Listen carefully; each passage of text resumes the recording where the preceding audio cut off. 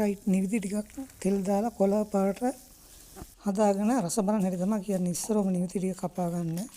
ඊට පස්සේ බීලුණු ගෙඩියක් කපා ගන්න.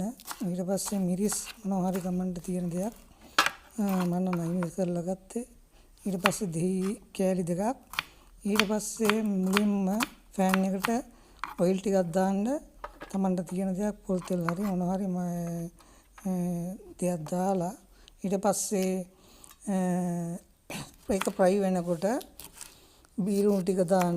බීලුණු ටික දාලා දෙහි පෙති දෙක දාන්න. දෙහි පෙති දෙක දැම්මා. කොළ ටික දැම්මා. කෑලි මිරිස් පොඩ්ඩක් දාන්න. ගම්මිරිස් කුඩු පොඩ්ඩක් දාන්න. ලුණු කුඩු පොඩ්ඩක් දාන්න. හොඳට ෆ්‍රයි කරන්න. සද්ද එනකොට චිරි චිරි ගාලා ඕෆ් කරන්න. ඕෆ් කරලා රස බලන්න තමයි තියෙන්නේ. කොළ පාට ලස්සනට තියෙනවා. මේක හොඳ ගුණ ආහාර. ඔයාලට ධනිස් සමාවලට එන සුන්දරයි. මම නම් හැමදාම හදන් කනවා දවස් දෙක සැරයක්. ඒකයි මම හැදුවේ. ජය වේවා.